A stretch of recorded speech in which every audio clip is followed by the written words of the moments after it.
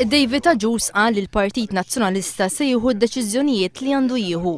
Apparti l-Eżekuttiv tal-Partit Nazzjonalista li se jitlaqqa l-erba' li ġej u l-Grupp Parlamentari Nazzjonalista, il-kwestjoni tista' tkun diskussa fl-ogħla organu tal-partit li huwa l-Kunsill Ġenerali.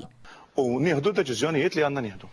Il-Grupp Parlamentari Nazzjonalista qal ukoll li Lawrence Gunzi mhux se jirriżenja.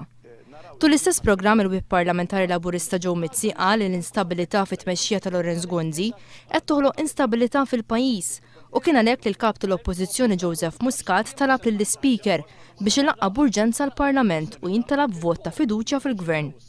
Joe Mizzi qal li l-iskop tat-talba tal-kap tal-Oppożizzjoni hi biex il-Partit Nazzjonalista fil-Gvern jara jekk għandux il-maġġoranza li wara kollox irid ikollu partit fil-Gvern biex imexxi.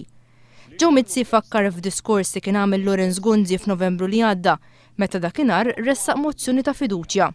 Dakinhar Lawrence Gunzi kien qal li n-nies għandhom dritt ikunu jafu jekk il-Gvern immexxi minnu għandux il-fiduċja tal-Kamra tar-Rappreżentanti. Jiena, il-Prim Ministru filet jgħid, ressaq din il-mozzjoni f'sens ta' responsabilità għal kariga li nokkupa għax jien mhux lest li nħalli l-poplu Malti wawċi f'xi dubju dwar l-instabilità tal-Gvern. U fl-aħħar għalhekk, għal daqstant huwa xieraq li wara dibattitu tal-lejla, ifli meta kienet jiddibattitu l-vot ta' fiduċja, jittieħed vot sabiex jiġi determinat b'mod ċar jekk il-Gvern imexxin għandux fiduċja ta' din il-Kamra. Mela daqqa l-Prim Ministru.